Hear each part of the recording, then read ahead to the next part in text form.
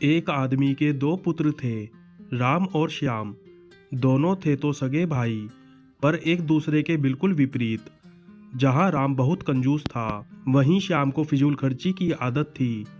दोनों की पत्नियां भी उनकी इस आदत से परेशान थी। घर वालों ने दोनों को समझाने के बहुत प्रयास किए, पर ना राम अपनी कंजूसी छोड़ता और ना ही श्याम अपनी फिजूल खर्ची से बाज आता। एक बार गांव के करीब ही एक सिद्ध महात्मा का आगमन हुआ।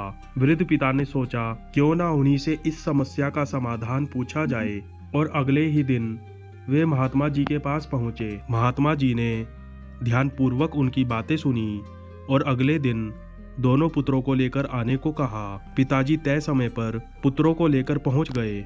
महात्मा जी ने पुत्रों के सामने अपनी बंद मुट्ठियां घुमाते हुए कहा, बताओ, यदि मेरा हाथ हमेशा के लिए ऐसा ही हो जाए तो कैसा लगेगा? पुत्र बोले, ऐसे में तो ऐसा लगेगा जैसे कि आपको कोढ़ हो। महात्मा जी ने अपनी फैली हथेलियां दिखाते हुए पूछा, अच्छा, अगर मेरे हाथ हमेशा के लिए ऐसे हो जाए तो कैसा लगेगा? जी, तब भी यही लगेगा कि आपको कोढ़ है।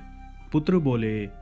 तब महात्मा जी गंभीरता से बोले, पुत्रों, यही तो मैं तुम्हें समझाना चाहता हूँ। हमेशा अपनी मुट्ठी बंद रखना यानी कंजूसी दिखाना, या हमेशा अपनी हथेली खुली रखना यानी फिजूल खर्ची करना, एक तरह का कोढ़ ही तो है। हमेशा मुट्ठी बंद रखने वाला धनवान होते हुए भी निर्धन ही रहता है, और हमेशा मुट्ठी खुली रखने वाला चाहे जितना भी धनवान हो, उसे निर्धन बनते समय नहीं लगता। सही व्यवहार है कि कभी मुट्ठी बंद रहे तो कभी खुली, तभी जीवन का संतुलन बना रहता है। पुत्र महात्मा जी की बात समझ चुके थे। अब उन्होंने मन ही मन सोच समझकर ही खर्च करने का निश्चय किया।